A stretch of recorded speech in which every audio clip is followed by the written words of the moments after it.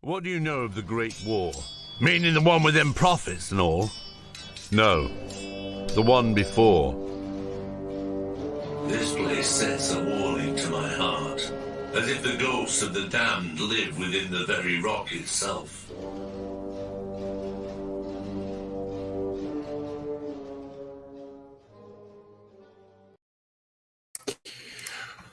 Well, welcome to Tales from the Silent Planet. I am your host, Daniel, and I am here joined by the author of The Tomb and the Revenant, the book that we just saw a trailer for, Herman P. Hunter. Why don't you introduce yourself to us, Mr. Herman P. Hunter?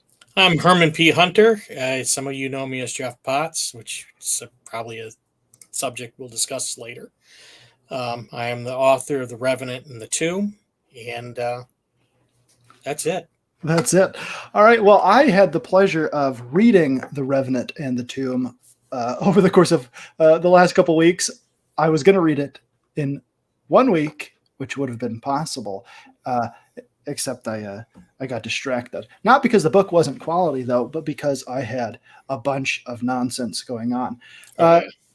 So the Tomb, the Revenant and the Tomb. See, I did that earlier. I typed it wrong. I put the Tomb and the Revenant. Now it's the Revenant and the Tomb. Yes. It is a fantasy book, and it is pretty good. Thank you. Yeah. So some of the things I noticed about this. Well, why don't you know what? First, since they haven't read it and I have, why don't you give a little spiel about what this first book is about?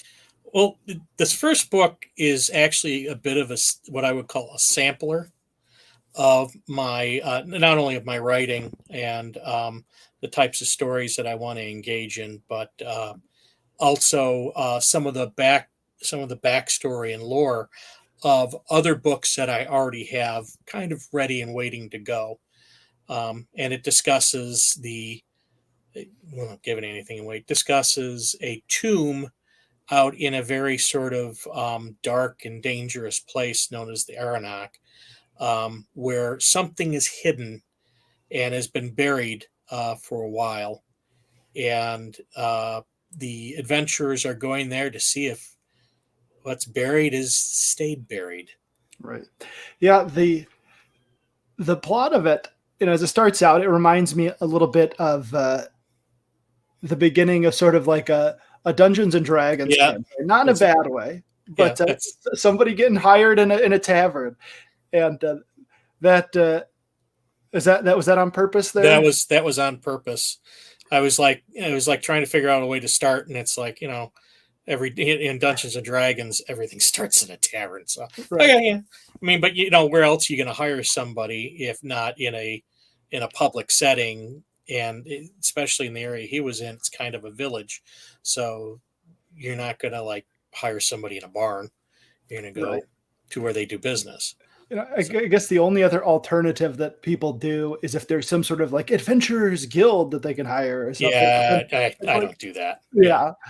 So that was cool. So did you play Dungeons and Dragons earlier in your life, or do you still play it? Yeah, I still kind of play it. I play Dungeons and Dragons Online. It's an MMO. It's been around for a long time. Same company does Lord of the Rings Online. Okay. So, I played. It was wasn't it like the Eberron campaign setting or something? Yes. Yeah, I played that back in the day. Yeah. So, what, if anything, do you think playing Dungeons and Dragons did to your ability to write? Do you think it helped it? Do you think it hurt it? Well, it basically opened the door to my imagination. And when I was younger, that really wasn't a good thing.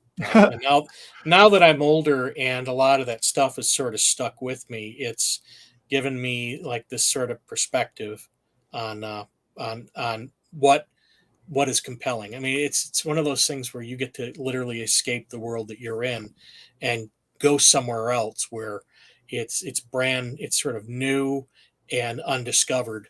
And especially with writing, you can kind of take bits and pieces and throw that into your story to make it interesting. One of the things one of the questions that people often ask is, why do you write fantasy? And it's like, if fantasy is one of the few genres out there where you can literally start with a blank slate and just build a world and fill it with stuff and write anything you want to without the constraints of either the world that we live in or technology like in science fiction and fantasy or even what's expected. So Right. What?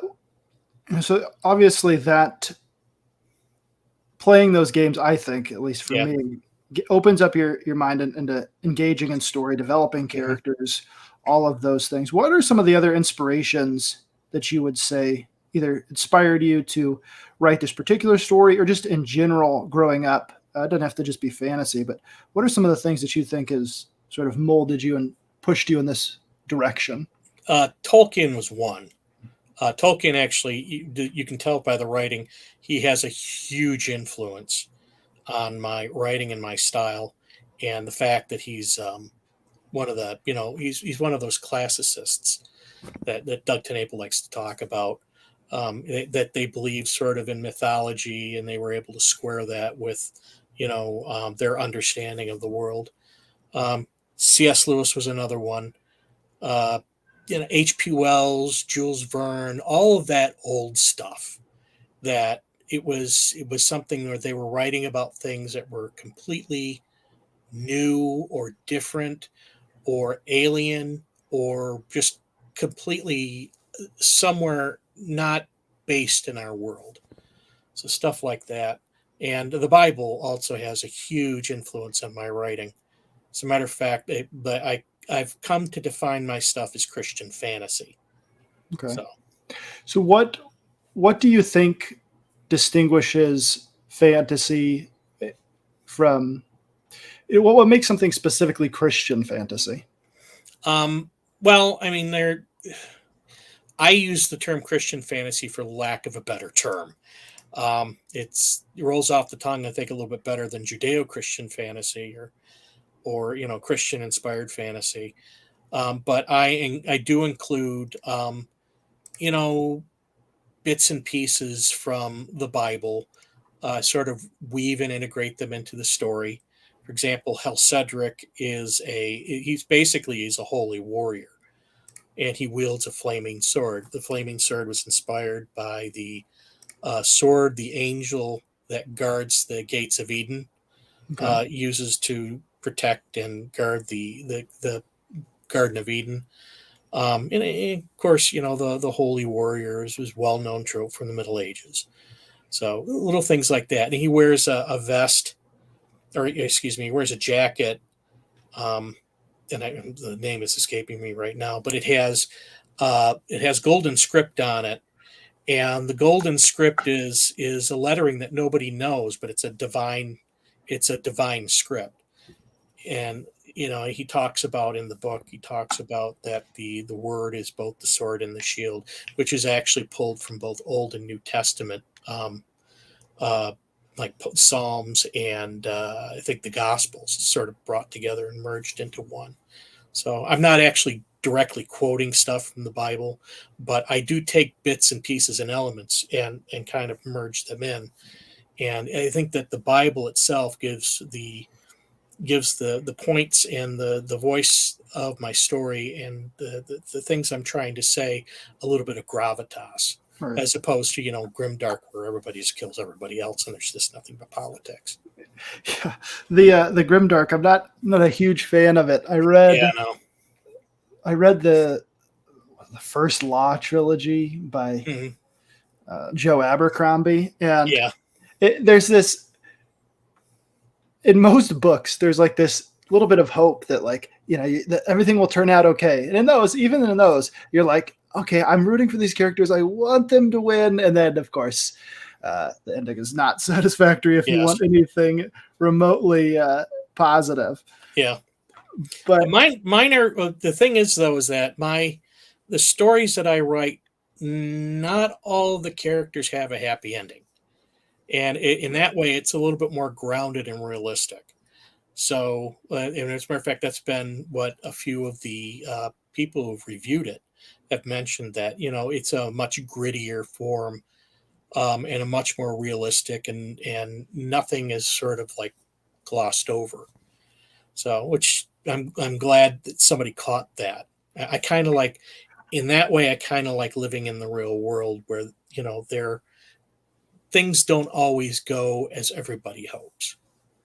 But that gives you stuff to talk about, like faith and hope and all that other Right. stuff. So do you think that those kind of themes like that helps to define something as Christian fantasy as opposed to just being fantasy? Well, I mean, it gives it a grounding, and plus the ever present, what I would call religion, even though it isn't, but the ever present faith that's highlighted is known as the belief in the God of the West, which of course is, relates to sort of the Almighty God from Judaism and Christianity.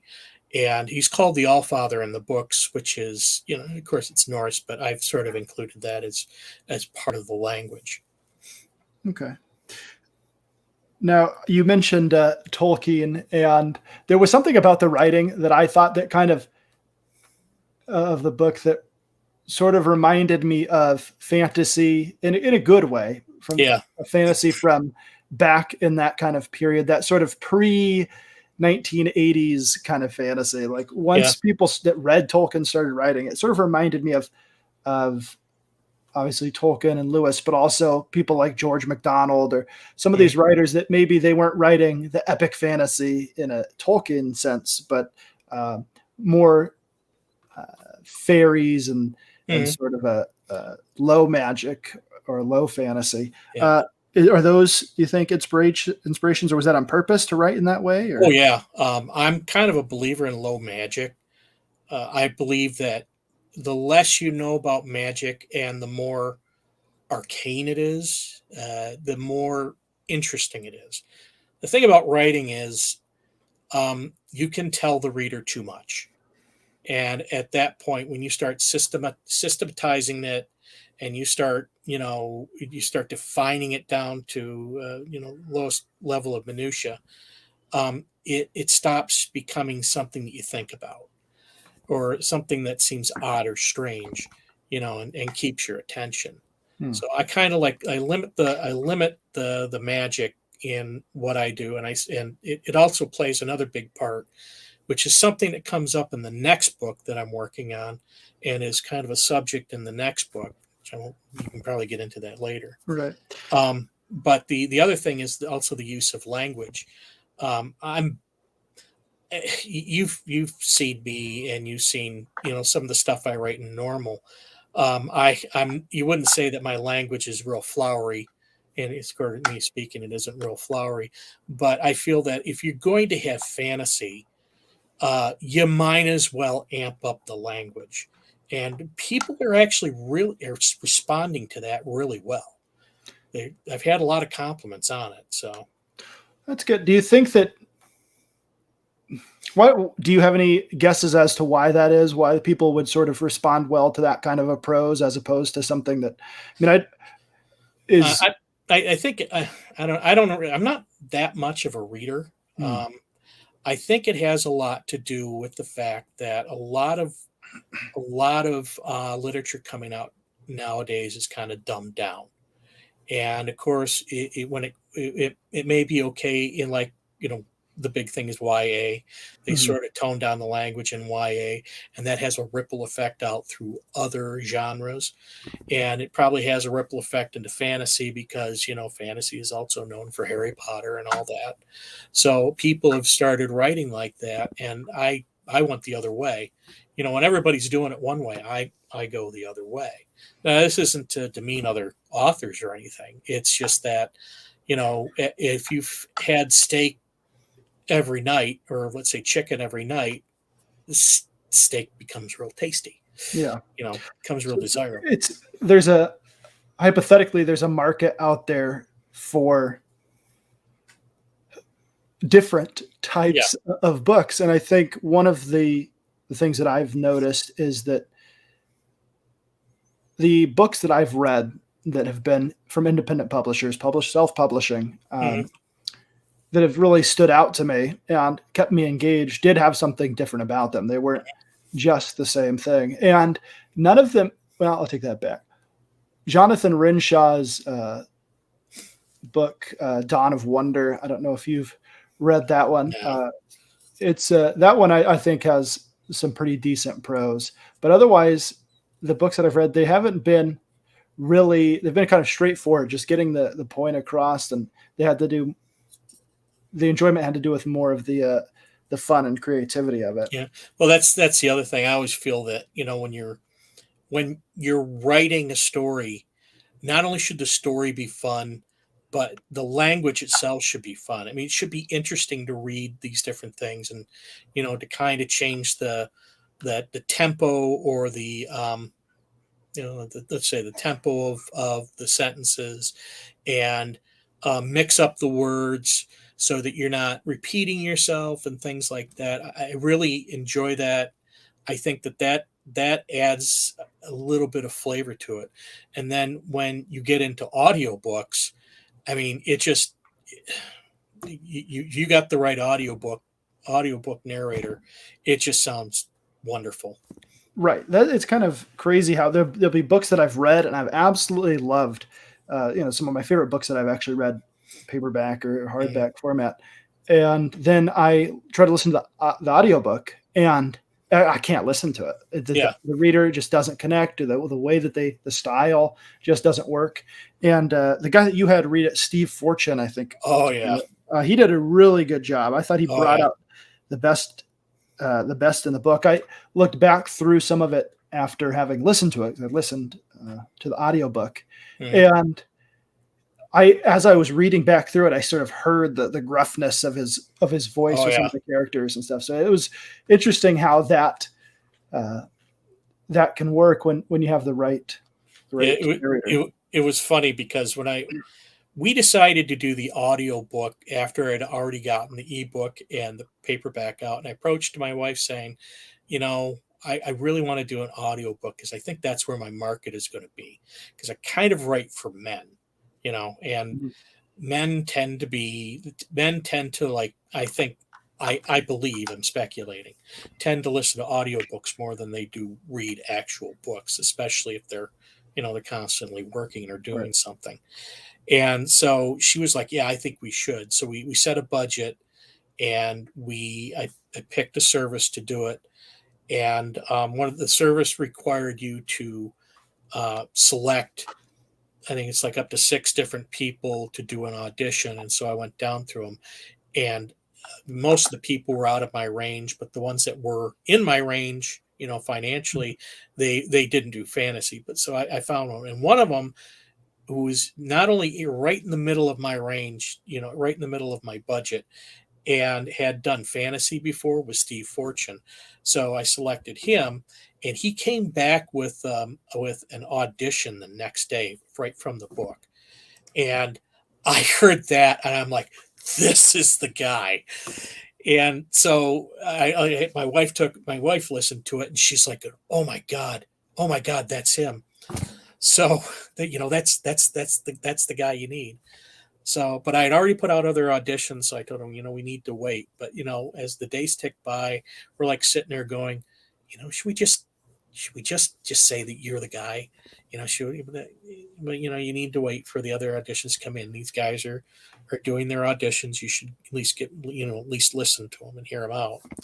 And a bunch of the auditions came in, and none of them had that feel for it. So I selected Steve, and I'll tell you something. He makes, I'll say it now, I'll say it again. He makes it sound like I know what I'm doing. You don't take any of the credit, huh? Yeah, no, he nailed Drum. He nailed the narration. Everything else after that was just gravy. So how do you write? Do you use a typewriter? Do you write freehand? What? Yeah, I actually write. I'll either write at my computer with Microsoft Word, and what I do is I do a document, a Word document per chapter initially, and there's a reason for that. Actually, it's so that I can share it with my tablet, and I'll often go and take my tablet and a Bluetooth keyboard, and I go to a cigar bar, which is mentioned in the dedication of the book. I go to a cigar bar and I will sit down with my tablet and my keyboard, and I will pound out a chapter in a day. And so I sit down at the end of this cigar bar with my cigar and my Spanish brandy, and I just go to town and write. So Yeah, I do you think that the methodology by which one writes, I know some people say it affects them. Do you think it changes your writing when you write, say, at home versus out and about? it's hard to say because I've set up a ritual for me, and I'm I think Asperger's, and it's one thing about people with Asperger's is once they have a ritual that you can't really break them of it. It's bad. So once I get into that ritual, it's like I don't want to break out of it. Mm. So that's become my ritual, and I don't ever want to break from it. But I can write just as well at home. Matter of fact, a lot of the writing that I have that's sitting out there waiting to be published was done, sitting at this desk, just pounding out chapters. So, matter of fact, one book in a series that I'm currently developing, I got that book. I think it's like 170,000 words. I got that book done in a month and a half, Wow. just sitting at my desk. Of course, the thing needs to be revised like Right. 15 ways from Sunday, but yeah. So I mean, that was done here. But I've gotten into that ritual where I go and I sit down and have my cigar and my brandy and just write, and that seems to work real well. Right.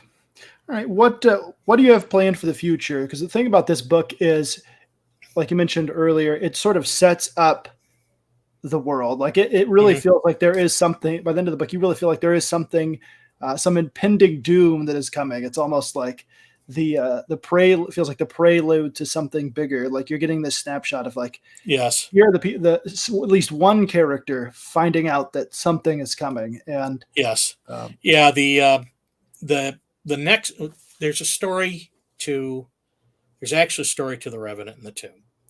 When I wrote The Revenant and the Tomb, I had two other things going on. I was trying to pitch the one book that I had originally written a long time ago. I cleaned that up, and I was trying to pitch that to agents and publishers. And seeing that they required that you build like a fan base or what they call a social media platform, I had started to try and get followers. And one of the things that they tell you is, give something away in exchange for like an email address and whatnot. So I decided, okay, well, I'll write a novella that I'll give away for free. And all they got to do is just subscribe to my website and just, and I'll give them a PDF of the book. And it kind of gives them a sample of, how I write in the world and all this other stuff. And when I wrote The Revenant and the Tomb, I had this concept in my head for a character that was kind of a monster hunter. Hmm. And I came upon the idea because he's actually the original character I wanted to do this with is in a series that I'm thinking about doing much later. So Hal Cedric's actually a prototype of that individual. So when I started to write this, I say, okay, well, I'll use this guy as a prototype, and I'm going to use him to investigate this one little sliver, this one little aspect of my world's history, and that is the Great War that happened that mentioned in the ad. So I started on that, and while I was writing that, I had already started another book, which is going to be my next book coming up, which I title The Wizard Odo. So I stopped writing The Wizard Odo.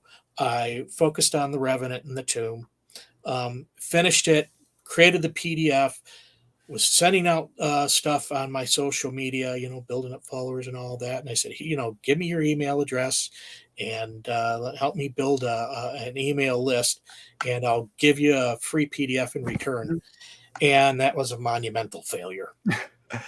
I feel like these tried and true methods that worked like 5 years ago, they've just stopped cold. The way that social media is working today, it's hard to get anything out past 10 or 12 people that already regularly interact with you. And even like I know some people have success with the email list and stuff. I never check my email ever. Yeah, the only time I check my emails if I'm waiting for a very specific important email. Exactly. And well, there's also a reluctance. I'm discovering that there's a reluctance to going to some unknown author's website and handing over information, even a little bit of information like your email, and or going to their website and clicking on a button. So I decided that the only way I'm actually going to build fans is to actually sell a book. Yeah, and I think that's true. Not to interrupt while you're on a roll, but I've very rarely has it been that somebody, it's either word of mouth or like I tried something new, and in terms of independent books, self-published books, like I tried something new because it was on Amazon. It was cheap, or it was on the Prime Reading or something like that. And so it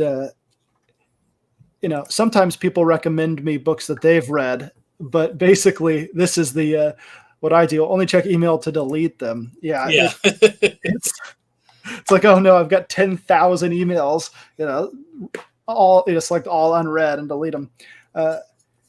So going forward in these books in the same world, are you going to expand the characters, or is it going to be okay? Originally, Hal Cedric was going to be one and done.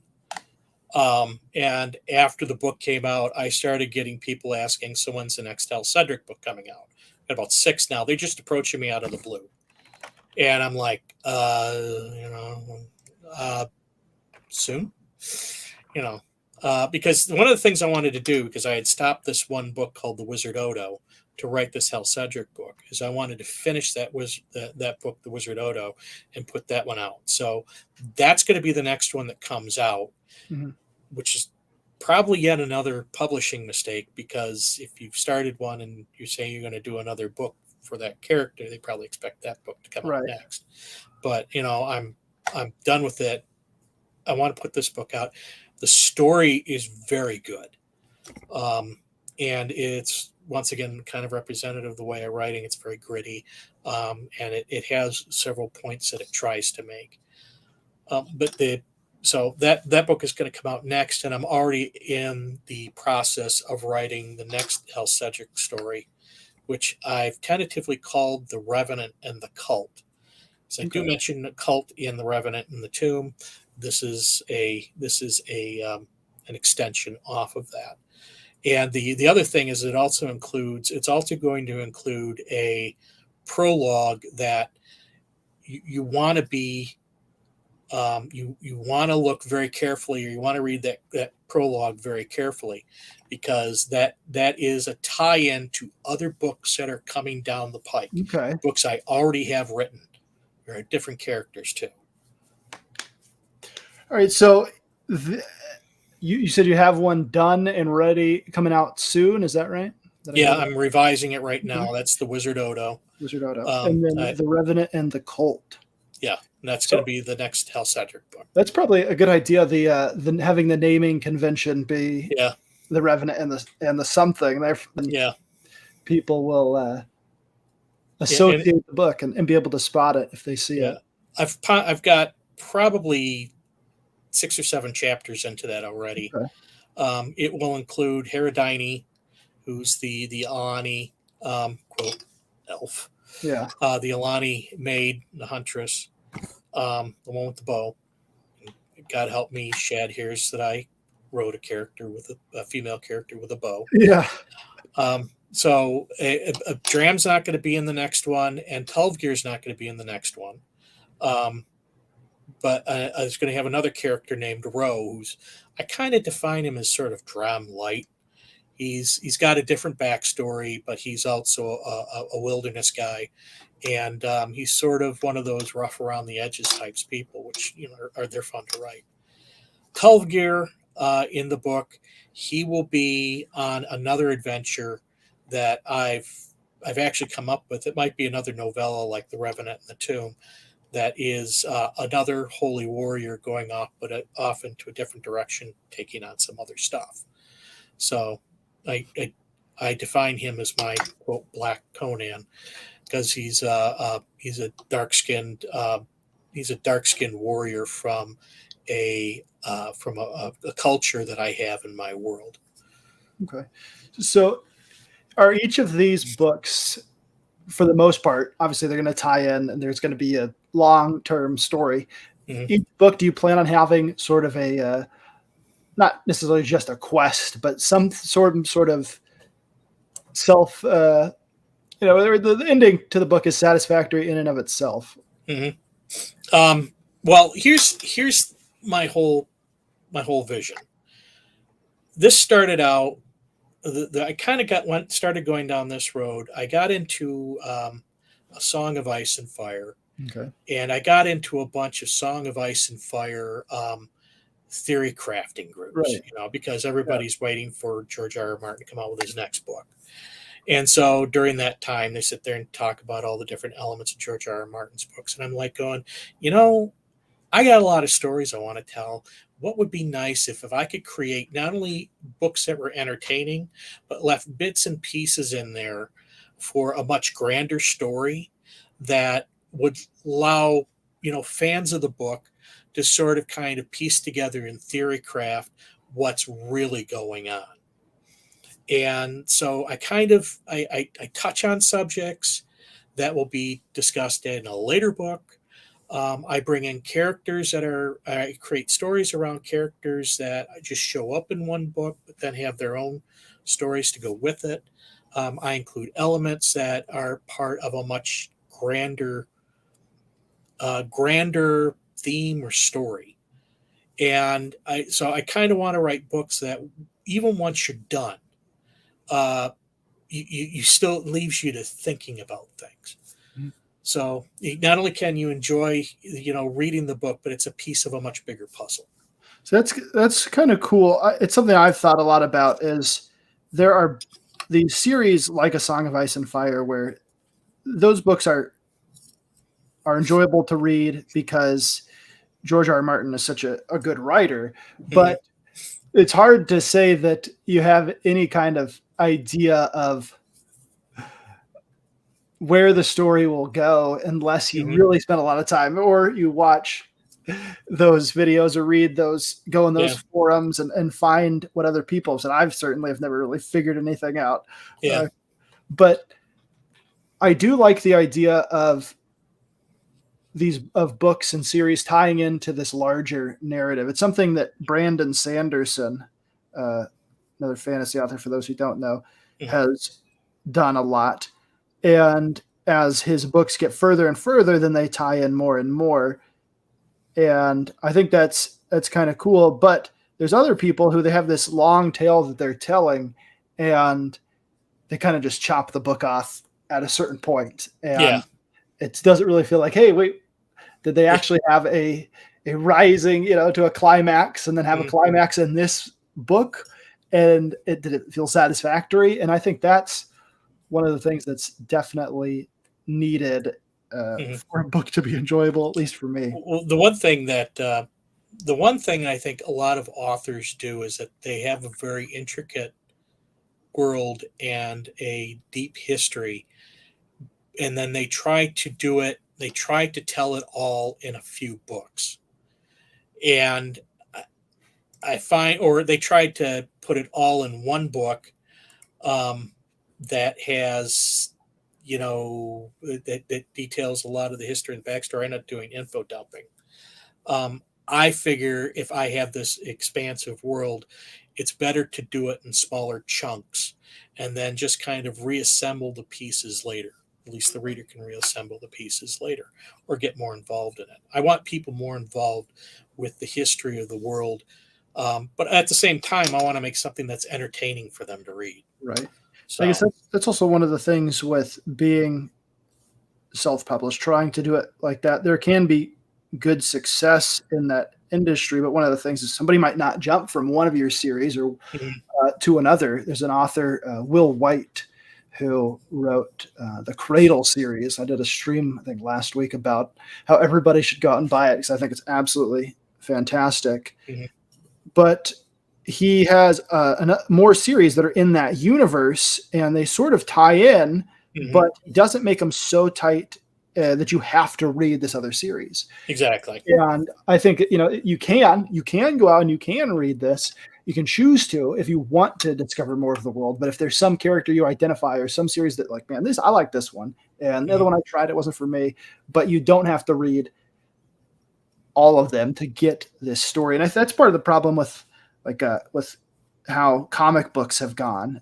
You have all these crossovers, and sometimes I was reading Nightfall, the classic Batman crossover events where Batman gets his back broken, and I bought this huge compendium Mhm. of supposedly all of the comics that I needed to read for Nightfall, and like, Bane is starting to do all these bad things, and Batman doesn't know that it's Bane yet, but he knows, oh, there's some new villain in Gotham. And then the next issue, Robin tells him, oh, by the way, when I was fighting Killer Croc the other day, I found Mhm. out this guy that is doing this is named Bane. And I was like, wait a second, did this happen in the Robin book? And you didn't include it in your giant compendium? Like, how Yeah. about Batman does some investigation and finds out who Bane is?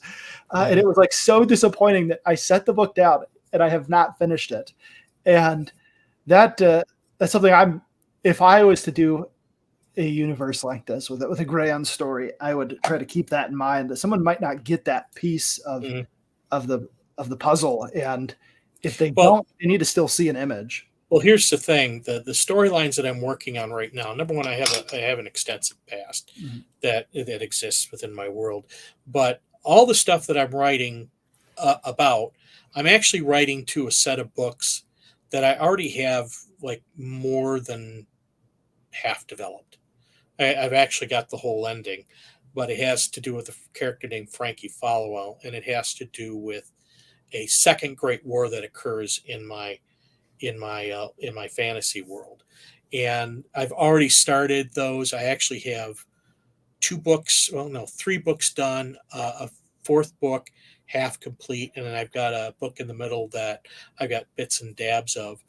But they're actually all writing towards that series. Okay. And then that series is kind of like the pinnacle of where I want to go, at least for now. And then later on, there are other things that occur in the world that I will, hopefully, if I'm still alive, I'll be able to write about. So, Right. so I So mean, I'm going somewhere with this. It's not like I'm just throwing a bunch of stories at right. you. There's an end. There's kind of an end in sight for what I'm doing.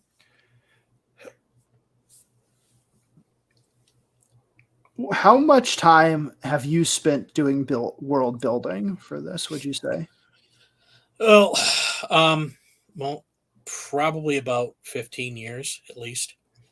The series I just mentioned to you, I wrote back late 2000. I tried to get that published, and that was a disaster again. Number one, it was god awful. The writing was terrible. Number two, it wasn't very imaginative, and it's just as well that it died on the vine. Um, and so I kind of got discouraged with that, and I set it down and I just left it, and I went on to do other things. So I got a career, and but later on I started getting that urge again. And the funny part is that when I picked up writing again, I wrote the last book for that series, that kind of finished this character's arc. And then I decided, well, after I was done with that, maybe I'll start back up on that series again. So I went back to the first book and I rewrote all of that. And the first book is now broken up into two different books because it was freaking huge. And so I cleaned that up. I told my wife, I'm going to try and sell this again. I had her beta read it, and she turns around and goes, this is as good as anything I've ever anything I ever bought. You should sell this. I said, oh, that's kind of the intention. So they tell you don't use they tell you don't use your family for beta reading, but I can pretty much trust my wife, because the first time when she read it, she just kind of gave me that smiley face, back late 2000. She gave me that smiley face and said, yeah, it's okay. It's okay. And so I handed it to another person who did a beta read on it, and they were just like, oh my God, this is wonderful. So I knew I had something, but I couldn't. It wouldn't sell, so I've shelved it. Start working on some of these towards that. Okay. Now, you have written other books and had other books published in the past. Most Yes. prominently, you had Print Programming in Windows. Yes, you found it. So you're not exactly new to writing books, but that that one doesn't seem to probably have as much of a detailed narrative. No. As a matter of fact, that's the reason why I'm named Herman P. Hunter. Is before I started that book, I was actually writing articles in software, and I had a few published, and for, I'd say, fairly prestigious magazines at the time. They're no longer around no more. So I got approached by the one company that published one of my articles and said, we'd like you to write a book. So I said, okay. So I wrote this huge book that was twice what they budgeted for, twice the size of what they budgeted for. And it was too specific, I think, but they published it anyways. I made a decent advance, and I never saw a dime of royalties. But the funny part is that when I was looking at it, I was going in there, I'm thinking about, hey, maybe I'll write another software book. And then I'm noticing that there's like 2 other authors named either Jeff Potts or Jay Potts. And I'm like going, oh my God, I'm literally going to be lost. And then I kind of got tired of writing software. I mean, it's kind of stale and boring, especially when you're trying to catch that. You're trying to chase after that technology all the time. Right. You either spend all of your time writing the books, or you spend time writing the software, and it's more lucrative to write the software than the books. But so this time around, when I was going to publish something, I made sure I had a fairly unique name. So you picked Herman P. Hunter as opposed to Jeff Potts. Yep. Well, that makes sense why you would want a name that would stand out a little bit more if there were other authors already out there using that name. Yeah. I mean, it's out there. I actually found that there's another Herman Hunter. God, crap. But I had already added the P, so that sets me apart from him. And he did, I think, self-help books. So, okay. So not necessarily a lot of crossover between self-help and fantasy. No. That's good. That is good. Although he is one book ahead of me. By the way, this is the kazoo I use on Drawn and Quartered Fan Edition. I didn't know you use a kazoo on. Oh yes, this is the end, the kazoo that signals the end of the competition. Oh, there you go. So there you go, Chester. One doomed rabbit. There you go.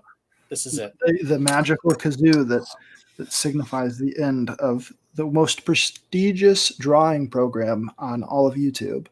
Probably the only. Well, I mean, now it is. The original Drawn and Quartered, I think, is no more. I certainly haven't seen it in a long time. Yeah. Mike's chilling with friends. It's draw and chill strip now. Yeah. So you have other books in mind. Do you have books in other universes, or are you going to stick with this one? Stick with this one. There's a huge history.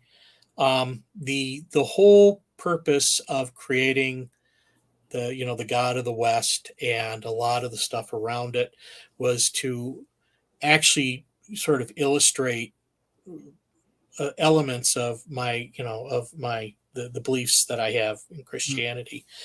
Things like faith and grace, hope, why evil exists in the world, things like that. There's ton of Right. stuff you can pull from that and weave it into your stories. And until I actually get tired of doing that, which I haven't yet, I'm just going to keep writing in the same world. And I got lots of different things I can talk about. So That's that is interesting. I have all of these when I think about writing a book, and I've written one yeah. novel. I've written a bunch of short stories, but none of them have ever been published or anything. Hmm. But I wrote one novel a few years ago that I actually wrote all the way through, and it is pitiful. It's terrible, like really bad. But I did restart writing. I'm writing the second draft, so maybe eventually I will be a published author. It's It, like that one series that I wrote. I mean that I tried, selling, and nobody would pick it up. Wisely so. There was a kernel to that character and that story that all through those years I couldn't let go, and that's actually the reason why I like brought it back up again, resurrected it again, to rewrite it. It's because there's so much stuff in there that I think is very powerful. And really, it's about a guy who isn't real heavy on, he's grown up Christian, but he really doesn't have a strong faith, doesn't go to church. It's just, to him, it's sort of background noise. And when he's thrust into these situations and things he can't quite understand, he's having to grapple with very difficult subjects. And it's these things like faith and grace and all that, they come up, and fate and prophecy and all that other stuff. And I try and weave that in, so it's like it's not beating you over the head with certain things, but it places the character in a position where he has to question stuff and has to really think about stuff. So that story is very powerful. I think, me personally, it's my favorite, and the character is my favorite too. But I got to get there first. So let's see, you bring up an interesting point, which is religion and faith. This is something that impacts the majority of the world on a mhm. daily basis. The majority of the world is religious and a member of a faith, of a religious faith, and they are, some of them are more devout than others, Mhm. and some of them are really nice people, and some of them are not so nice people. But in fiction, a lot of the time, I do not, in a fantasy fiction, there really isn't a focus on characters that are sincere, devout adherents of religion. Mhm. And when you do see it, at least when I see it, it's usually someone who is a bad guy or they're Yeah. sort of antagonist. And going back in, you'd think about something like you mentioned C.S. Lewis earlier, Mhm. and pretty much all the good, quote unquote, good characters in his books are people who have faith. Now, obviously, the faith in Narnia is much different Mhm. because they have Aslan, and he does appear to them from time to time. So it's a little bit different, but that aspect is pretty interesting because it's not something you see all the time uh, portrayed positively. Yeah. No, that's one of the things that I wanted to do. I'm not one for I'm not a big one for shades of gray. I do use them. I would prefer to take what would be normally a good-hearted or virtuous person and put them in difficult situations where they either have to question their faith or their beliefs, or they have to live by them and deal with the The consequences. outcome. Yeah.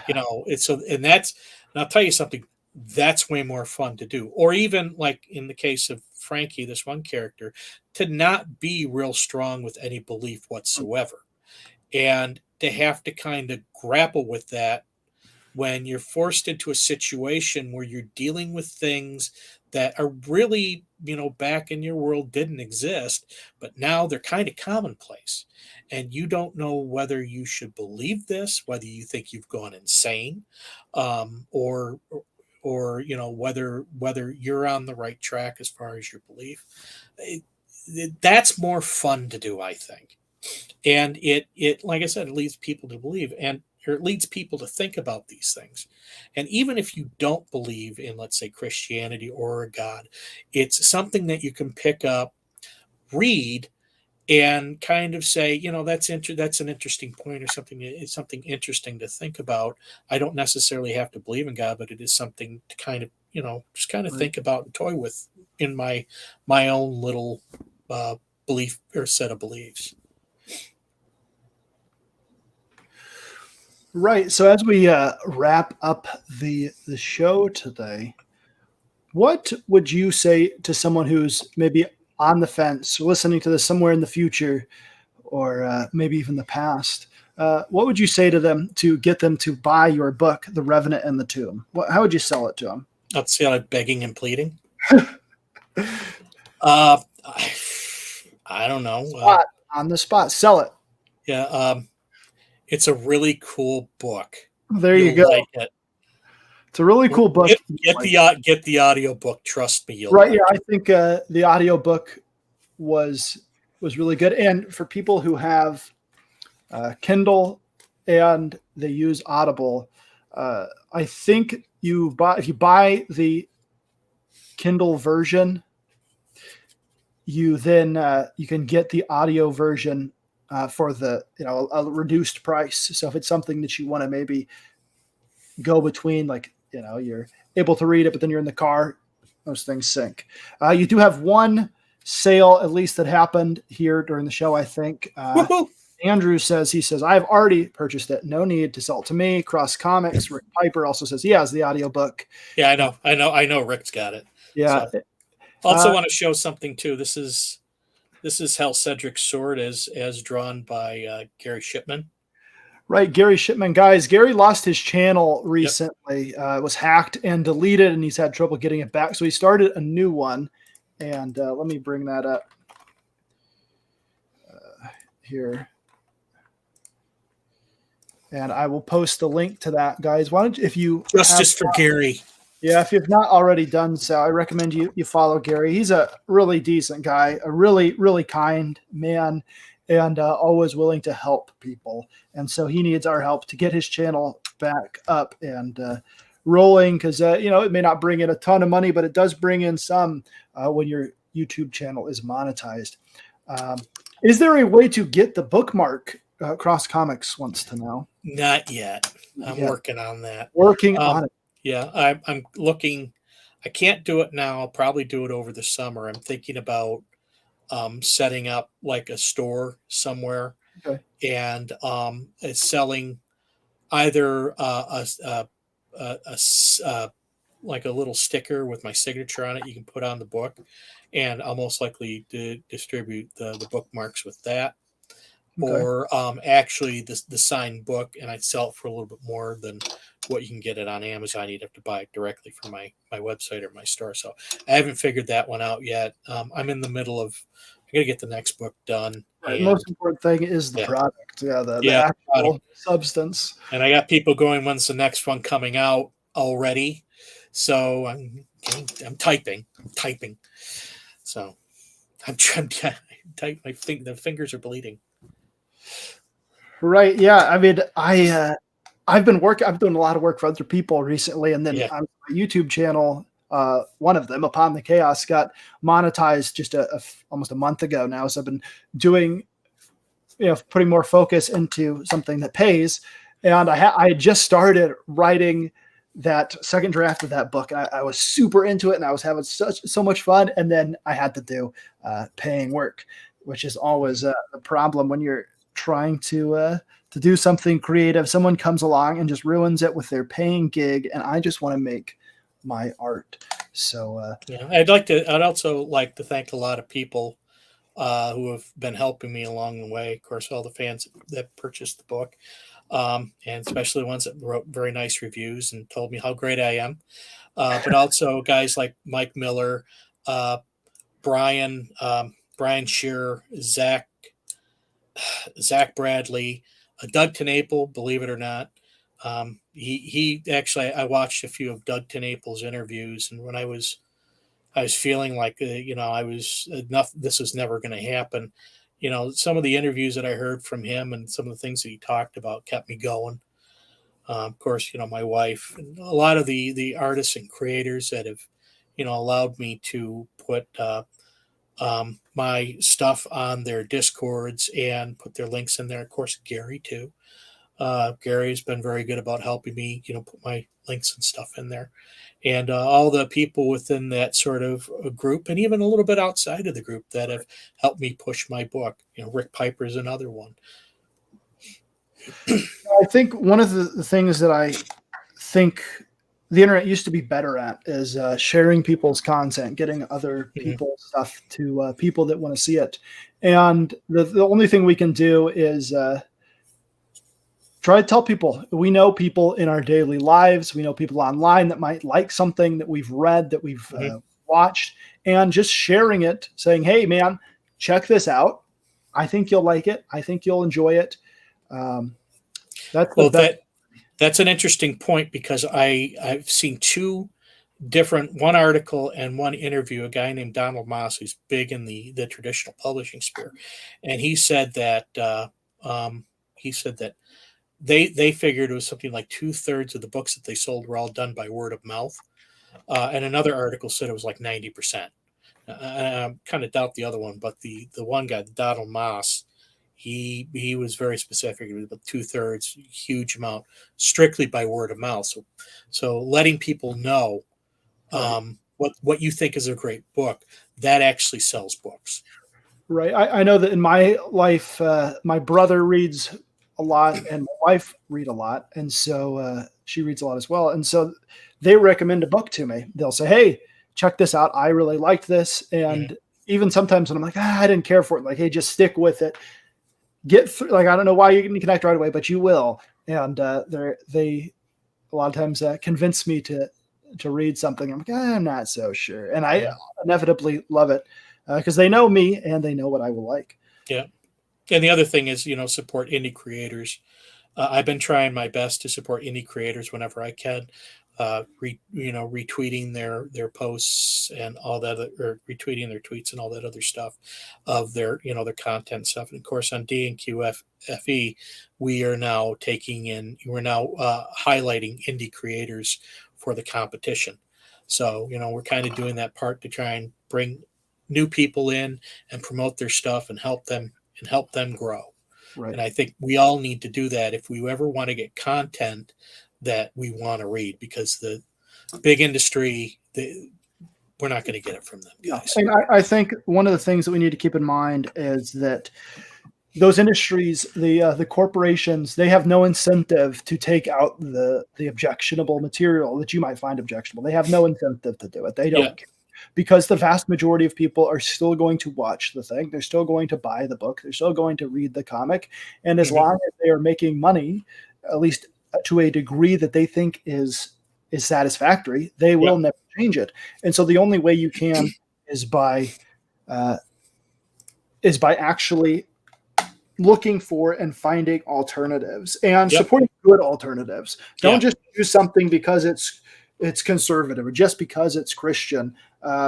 Actually support quality. Support quality, because that's what we want to do. We want to support things that are good, and not just because the people align with our even if the quality is not good right up front.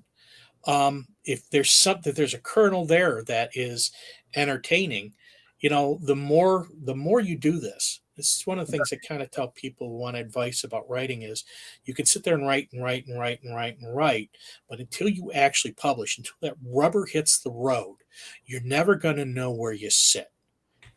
And so it's a huge amount of anxiety, but at least you'll know where you stand, and you can improve or what you need to improve in order to get somewhere with what you want to push.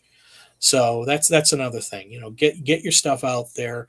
Don't be afraid of falling on your face. Hell, I've been doing it for 40 years.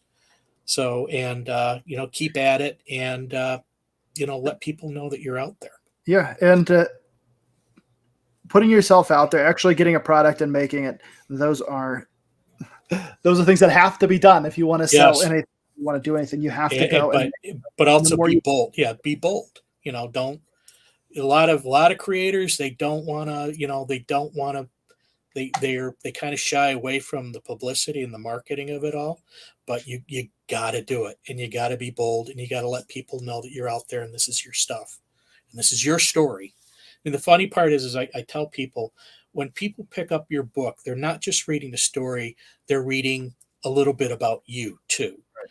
And so even if you're not anywhere, even if you're not putting pieces of yourself in the story, the pictures you use, the ideas that you come up with, the words you use and how you use them, that's you. And so they're as much reading about you as they are your story. Yeah, I think people need to believe in themselves a little bit if they want to do artwork of any kind, but do any kind of art form. All right, so we have had, I think, a decent show, guys. Make sure that you go and you buy the book. It's not that expensive. Yeah, $2.99 normally. There you go. There you go. Ebook. $5.99. Typically, it's supposed to be $5.99 in certain spots, but Audible kind of charges more. There you go. But yeah, if you guys will go check that out, the link is in the description of this video as well as pinned to the top of the comments. And I thank you everybody for watching. Make sure that you go and subscribe to Gary Chipman's channel. Now, buy the book. Mr. Herman P. Hunter has a YouTube channel. If you search Herman P. Hunter on the interwebs, on YouTube, you will find it. And the Herman P. Hunter's Lore Forge. I think that's going to be the name of my, when I eventually do set up and incorporate, I think it's going to be called HPH Lore Forge. So there you go. Nobody do it yet. Nobody take the don't take that. How dare you steal from Mr. Herman P. Hunter. Now I will put the link to Jeff's or Herman's YouTube channel here. So go subscribe. It's spelled Herman, but it's pronounced Jeff. Yeah, there you go. It's foreign name. All right, guys, I'm going to show that awesome video I made, the commercial I made for the video one more time. And thank you, everybody, for watching. Don't forget to share this out. It's the best way to get Jeff's book out to other people and to get my channel out to other people. So if Jeff telling you to buy the book has not convinced you, hopefully this will. What do you know of the Great War? Meaning the one with them prophets and all? No, the one before. This place sets a warning to my heart, as if the ghosts of the damned live within the very rock itself.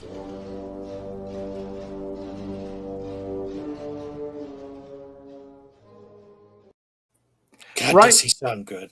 Right, and I fortunately had wonderful things to work with in terms of the audiobook. There's a little bit of the snippet of the audio narrator there, Steve Fortune, for you. And some of the moments that stood out to me, I specifically went back and looked for those lines because it was part of the language and the mystique of the book that I enjoyed. Yeah. So, all right, guys, adios. Thank you, everybody, so much for watching, and we'll see you again next time.